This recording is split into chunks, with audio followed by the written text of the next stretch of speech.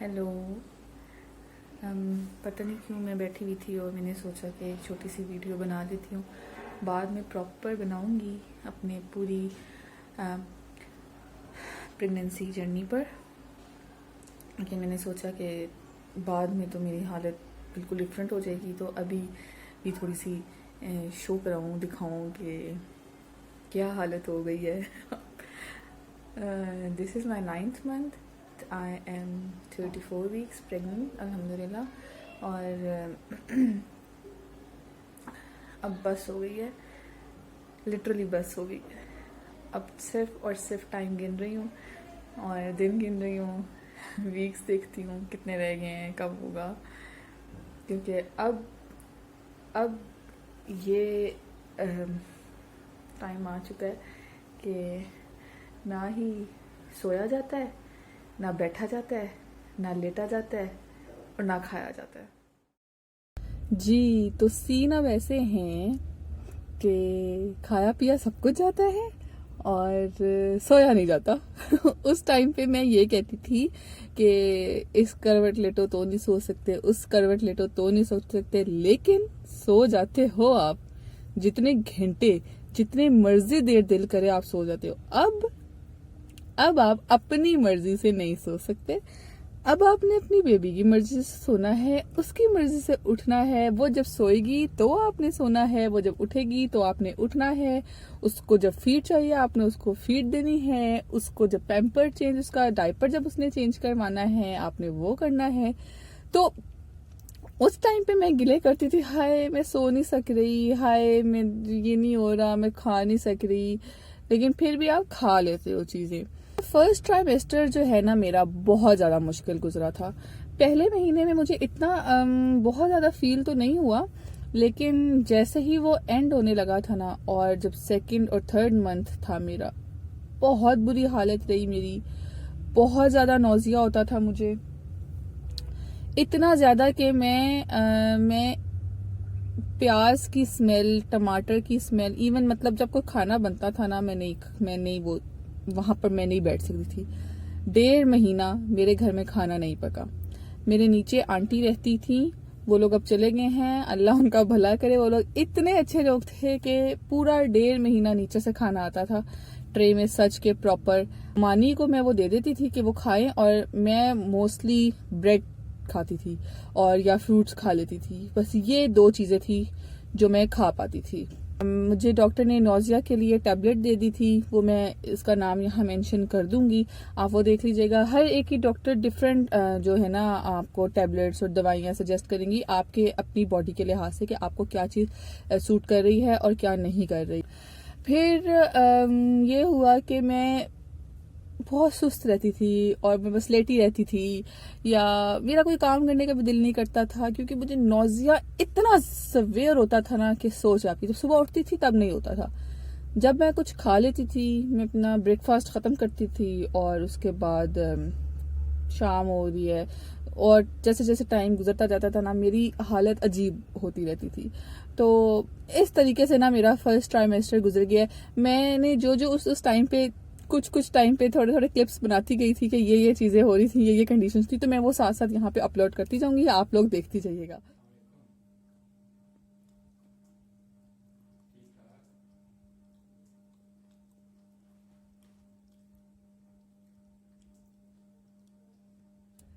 तो इस तरह से मेरा फर्स्ट ट्राइमेस्टर गुजरा था। अल्हम्दुलिल्लाह अच्छा गुजर गया। बेबी भी बिल्कुल ठीक रहा, मैं भी बिल्कुल ठीक रही, कोई ज़्यादा मसला नहीं हुआ, कोई ज़्यादा परेशानी नहीं हुई। मेरा हॉस्पिटल जो था वो मेडिक्सी था, इस्लामाबाद में है। बहुत बहुत ही अच्छा हॉस्पिटल है, बहुत अच्छा हॉस्पिटल है। तो मैं तो रिकमेंड करूँगी कि अगर कोई प्राइवेट की तरफ जा रहा है और वो एक अच्छा हॉस्पिटल जाना चाहता है तो मेडिक्सी जाए। मेरी डॉक्टर का नाम डॉक्टर साइमा लुकमान था, है। मैं भी उन्हीं के पास जाती हूँ। बेस्ट बेस्ट डॉक्टर है वो, बिलीव मी।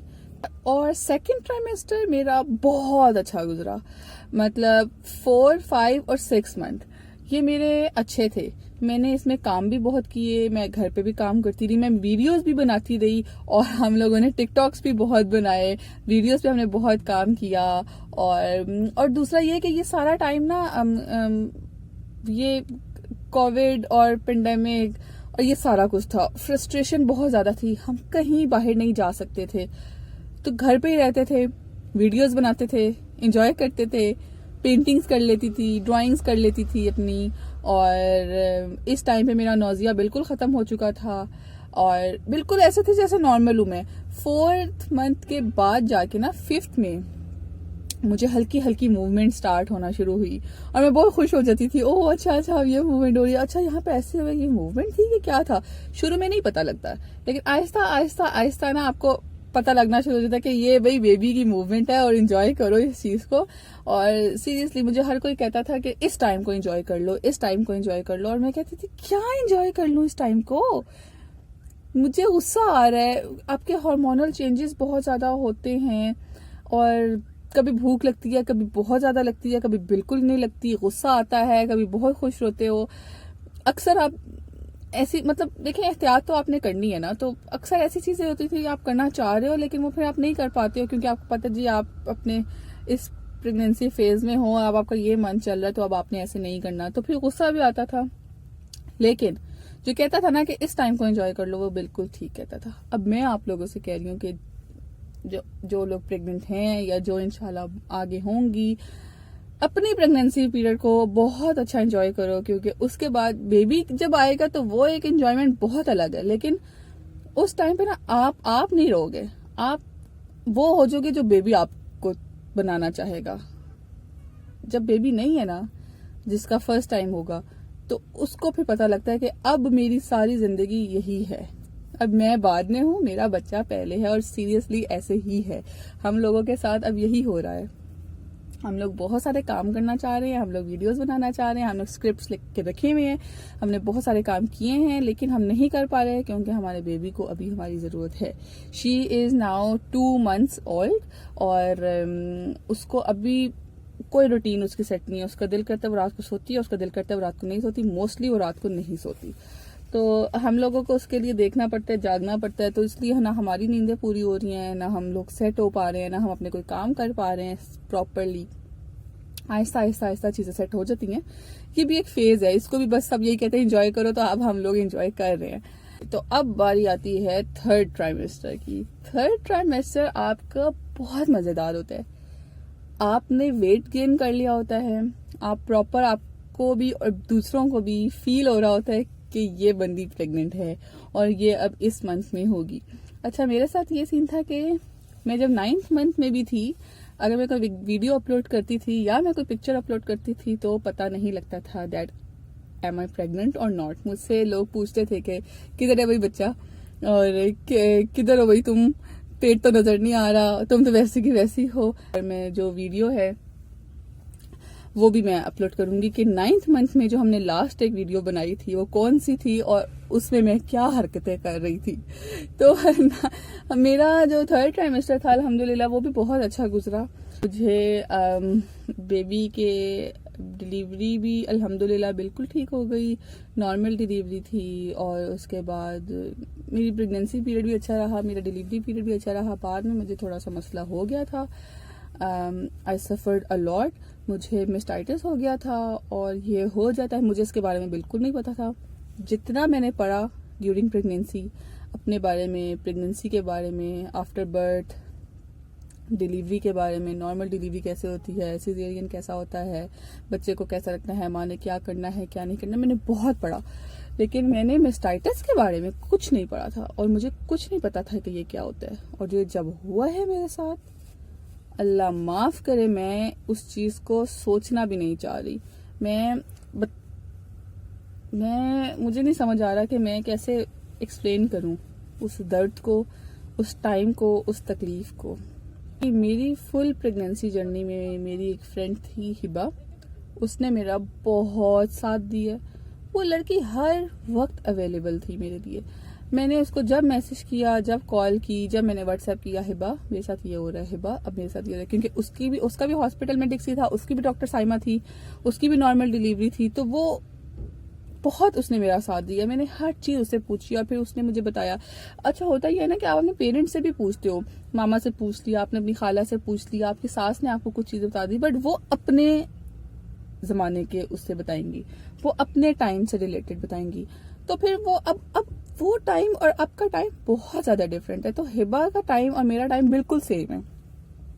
तो मैं उससे पूछती थी कि अच्छा हिबा ये हो रहा है, उसने मेरा बहुत साथ दिया। इवन मैंने उसको रोते हुए मैसेजेस किए हैं, मैं व्हाट्सएप करती थी, वॉइस रिकॉर्डिंग करके भेजती थी और मैं रो रही होती थी, क्योंकि बहुत ज्यादा ना आपके बहुत ज्यादा आप चेंज हो जाते हो, क्योंकि आप एक्सेप्ट नहीं कर पा रहे होते कि आपकी बॉडी में ये चेंज आ चुका है, अब आपकी जिंदगी बदलने लगी है। लेकिन सब कुछ गुजर जाता है, सब कुछ अच्छा रहता है, कोई इतनी टेंशन लेने की बात नहीं है। मैं इंशाल्लाह नेक्स्ट वीडियो में, ये तो मेरा पूरी प्रेगनेंसी जर्नी थी कि मेरा 3 ट्राइमेस्टर्स कैसे गुजरे, मैंने क्या क्या लिया, मैंने क्या क्या दवाई खाई, सब कुछ। मैं इंशाल्लाह नेक्स्ट वीडियो में किसी एक वीडियो में पूरी मैं एक्सप्लेन करूंगी कि मेस्टाइटिस क्या था और वो मुझे कैसे हुआ और उसके लिए मुझे क्या क्या कुछ करना पड़ा और उससे मैं किस तरह से निकली।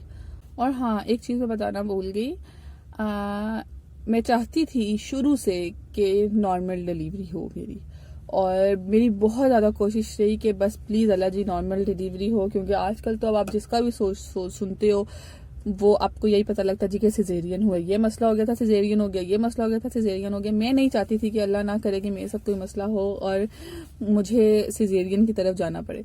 मैंने 9th मंथ में वॉक स्टार्ट कर दी थी, घर के अंदर ही करती थी, बाहर बहुत ठंड होता था तो मुझसे चला नहीं जाता था, क्योंकि मेरी जो लेफ्ट लेग थी उसमें सिवियर पेन था, सिवियर, बहुत शदीद दर्द था। नहीं सॉरी, 9th में नहीं, 7th और 8th मंथ तक मुझे शदीद दर्द रहा था। मैं ज्यादा चल ही नहीं सकती थी, बहुत कम चलती थी, और बस या तो मैं बैठी रहती थी या मैं लेट जाती थी। मैं थोड़ी देर के लिए भी रोटी पकाने के लिए खड़ी होती थी या कुछ करने के लिए खड़ी होती थी, मुझसे नहीं खड़ा हुआ जाता था। और इवन मैं अगर इस तरह जिस तरह अभी मैं यहाँ बैठी हुई हूँ, मैं बहुत ज्यादा देर तक बैठ भी नहीं सकती थी, अनकंफर्टेबल रहती थी, मेरी लेग में बहुत सिवियर पेन था। और वो पेन ऐसा था कि वो आपके नी से स्टार्ट होता था और आपके ऊपर तक आता था, हिप तक आता था, और वो सुन्न हो जाती थी जगह, पेन होता था, और जैसे ना आपको चुभ रहा है कुछ, उस तरह से पेन रहता था मुझे। मुझे हर कोई कहता था अभी तो आगे बहुत दर्द होगा, अभी तो ये कुछ नहीं है, मतलब ना बहुत डराया मुझे लोगों ने, अभी तो ये कुछ नहीं है, अभी तो आगे ये होगा, अभी तो आगे वो होगा। ऐसा वैसा कुछ नहीं होता, ठीक है, होता है, हर एक का फेस डिफरेंट है, हर एक की बॉडी डिफरेंट है, हर एक की कंडीशन डिफरेंट है। आप लोगों ने भी यही करना है, एक कान से सुनना है और दूसरे से निकाल देना है। मुझे लोगों ने बहुत डराया हुआ था, मुझे लोगों ने, मैं जिसको भी अगर कुछ बताती थी ना मेरे साथ ये हो रहा है, हाँ हाँ ये तो होता ही है, अरे ये तो अभी कुछ भी नहीं है, आगे अभी बहुत कुछ होना है। भाई आप, एक बंदा पहले ही डरा हुआ है, उसकी फर्स्ट प्रेगनेंसी है, भाई आप उसको थोड़ा सा तसल्ली दे दो, थोड़ा दिलासा दे दो कि कोई बात नहीं बेटा, हो जाता है, ठीक हो जाता है ना जी। हर एक ने ना अपनी कहानियां सुनाना शुरू कर देनी है कि हाँ जी ये तो होता ही है, ये तो अभी कुछ नहीं है, अभी तो 8वां महीना है, 9वें में जाओगे तो पता चलेगा। एंड यू नो व्हाट, 9वें में जाके मेरी दर्द बिल्कुल खत्म हो चुकी थी। और 9th में मैंने डांस भी किया है, मैंने वीडियोस भी बनाई है, मैं उछली कूदी भी हूँ, मैं हर जगह भी गई हूँ। 9th में मतलब मैंने सही अयाशी पटी है, यहाँ जा रहे हैं वहां जा रहे हैं, मतलब सही हम लोगों ने एंजॉय की है। मतलब इवन आफ्टर बिफोर डिलीवरी एक दिन पहले भी मैं बाहर ही कहीं घूम फिर रही थी, और उससे पहले भी मतलब 9th में मैंने सही एंजॉय किया। और मुझे सबने ये कहा था 9th में तो तुम बेड पे पड़ जाओगी, 9th में तो जो दर्द है ये बढ़ जाएगा, 9th में तो तुम्हारे पेट में ज्यादा क्रैम्प्स पड़ना शुरू हो जाएंगे, 9th में हो सकता है कि तुम्हें कॉन्स्टिपेशन स्टार्ट हो जाए, 9th में हो सकता है तुम्हें दोबारा से नौजिया हो जाए। और बिलीव में मुझे कुछ भी नहीं हुआ। जितना आप डरते हो ना, और जितने लोगों से पूछते हो वो सब आपको डराएंगे। तो प्लीज आपने भी किसी की नहीं सुननी, अपनी सुननी है, एक कान से सुनना है, दूसरे से निकाल देना है। एक अपनी फ्रेंड रख लें जिस पे आप ट्रस्ट कर सकते हैं, या जिसका आपको पता है कि हाँ ये सारी कंडीशन से गुजरी है, ये आपको सही गाइड करेगी। और दूसरा आपकी डॉक्टर, एक डॉक्टर आपकी अच्छी हो ना, मैं कहती हूँ कि आपकी आधी परेशानी तो वहीं पे खत्म हो जाती है। डॉक्टर आपकी अच्छी होना चाहिए, आपका हॉस्पिटल अच्छा होना चाहिए, और एक आपका फ्रेंड अच्छा होना चाहिए जो आपको अच्छी तरीके से गाइड करे। तो बस यही बात थी। अपना बहुत सारा ख्याल रखिएगा। इंशाल्लाह नेक्स्ट वीडियो में मिलते हैं किसी और डिटेल वीडियो के साथ, जिसमें आपको मैं कोई अच्छी बात बताऊंगी। हो सकता है कि मैं आपको नेक्स्ट वीडियो या तो बेबी बैग से रिलेटेड होगी या फिर मेरे मेस्टाइटिस पीरियड से रिलेटेड होगी। टिल देन टेक केयर, अल्लाह हाफिज।